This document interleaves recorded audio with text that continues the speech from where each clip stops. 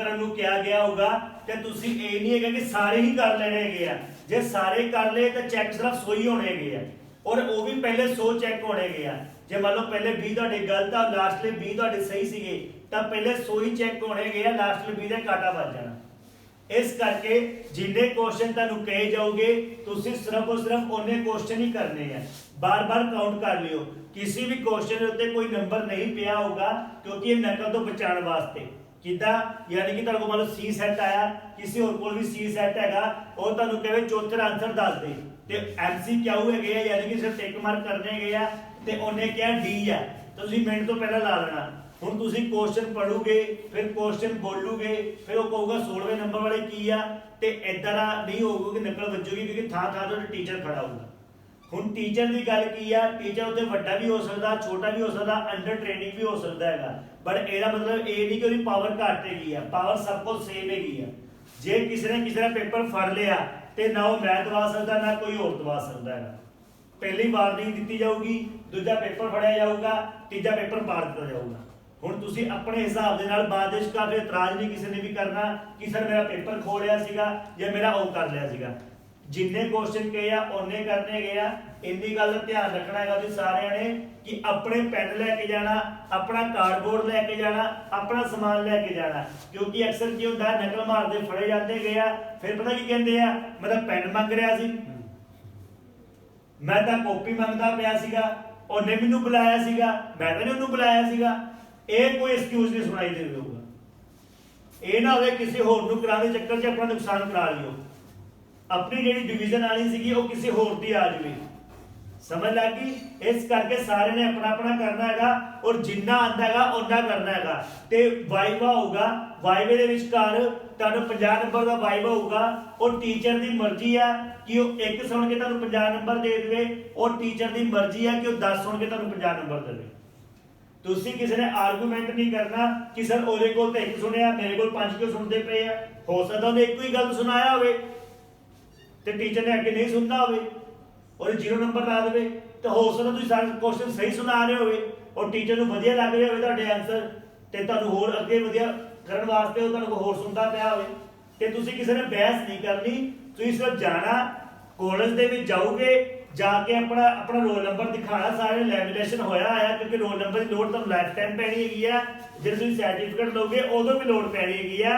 Roll number ਦਿਖਾਣਾ, ਜਿਹੜੇ classroom 'ਚ ਤੁਹਾਡਾ ਰੋਲ ਨੰਬਰ ਹੋਊਗਾ ਆਪਣੀ ਸੀਟ ਤੇ ਬਹਿ ਜਿਓ।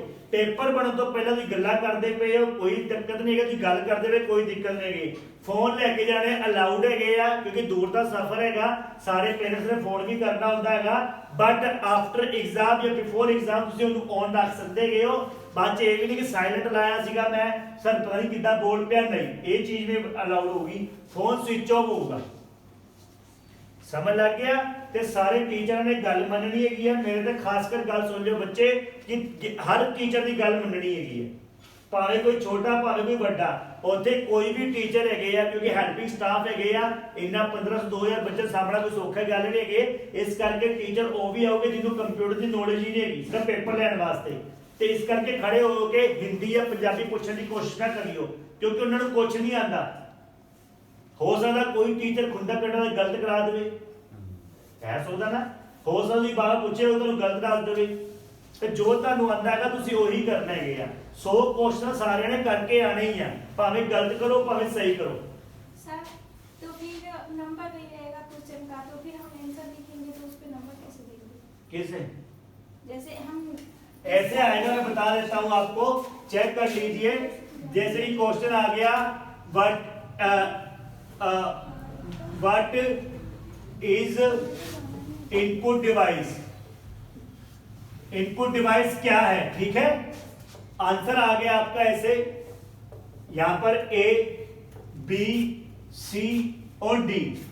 अब जो पूछा गया है उसके हिसाब से ही आपने टिक लगाना है।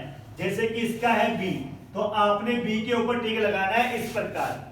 यह आपकी मर्जी है कि आप कीबोर्ड के ऊपर टिक लगाते हो, आप बी के ऊपर टिक लगाते हो, या आप बी के बाद टिक लगाते हो, पर उसके साथ होना चाहिए और सब में सेम होना चाहिए। कई बार क्या होता है, बच्चे क्या करते हैं, हम तो चेक करते हैं तो दिक्कत आती है कि ए और बी के बीच में लगा देते हैं।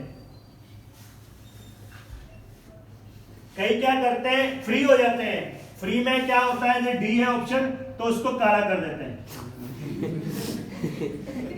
बैठे रहते हैं। और कुछ तो ऐसे होते हैं कि बिल्कुल ढूंढ लीजिए कहां पर लगाया है। तो हमारे पास वो लेंस नहीं है जिससे हम इसको जूम कर करके देखें। जो सही आंसर है बिल्कुल आपका ए, बी, सी और डी। तो जो बी पे लगाएगा ऐसे लगाए। अब ये नहीं है कि ऐसे लगाए, चारों पे लगे, ऐसा नहीं करना है। जिसको भी लगाने हैं वो ए, बी, सी और डी। सी पे लगाना है तो सी ऐसे पता लगना चाहिए सी पे लगाए हैं। और ग्रीन पेन किसी ने यूज नहीं करना है, सबने ब्लू पेन यूज करना है। समझ लग गया? 2 पेन लेके जाने हैं, रोल नंबर स्लिप लेके जानी है और कार्डबोर्ड अपने साथ लेके जाना है। वाइवा जब आपका होगा तो आपने अपना पेपर जो होगा उसको उल्टा रख के अपन जहां पर वाइवा हो रहा होगा वहां पर जाना है, सीधा जाना है, सीधा आना है। रास्ते में ये ना फ्रेंड्स मिलके क्या पूछ रहे थे, क्या बताया, इसका क्या है, टफ हो रहा है क्योंकि हर जगह टीचर है। अपना काम आपने खुद ही बिगाड़ लेना है, नकल करके या नकल करवा के। सीधा जाना है, अपना रोल नंबर दिखाना है, रोल नंबर मैच करवा के सर आपको टिक लगा देंगे। वहां पर आपसे पूछा जाएगा कितना आपका काम हुआ है, तो आपने बताना कि मेरा वर्ड चल रहा है, मेरा एक्सेल चल रहा है। क्योंकि कुछ बच्चे नवे तो कुछ बच्चे पुराने भी है, उनसे पहले पूछा जाएगा कितना हुआ है। कोई कहेगा मेरा अकाउंट नहीं हुआ है, डिजाइनिंग हुई है, तो उसको उसके हिसाब से ही पूछा जाएगा। ये नहीं है कि वर्ड चल रहा है और एक्सेल से पूछ लेंगे, या एक्सेल चल रहा है पावर पॉइंट से पूछ लेंगे, या अगर अकाउंट किया ही नहीं है अकाउंट से पूछ लेंगे। किताब में कुछ भी पूछ सकते हैं, जो किताब में है उसमें से कुछ भी पूछ सकते हैं। बाकी जो वाइवा होगा आपका वो उसके ऊपर होगा। रिव्यू सबने डालना है, जिसने डाल दिया अच्छा है, जिसने नहीं डालना है सोमवार को अपना फोन लेके आना है, रिव्यू में आपसे खुद डलवाऊंगा, ठीक है। उसके बाद जो पेपर होगा 25 तारीख को है, 11 बजे से लेके 1 बजे के बीच में 10:30 बजे के बाद एंट्री शुरू हो जाएगी और 5 मिनट पहले एंट्री बंद हो जाएगी।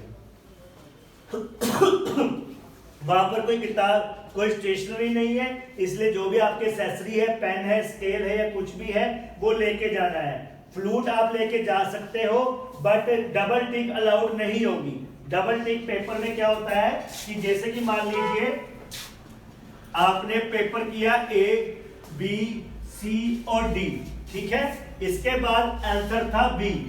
अब कहीं से आपको पता लग गया कि बी नहीं था डी था, तो आप क्या करते हो,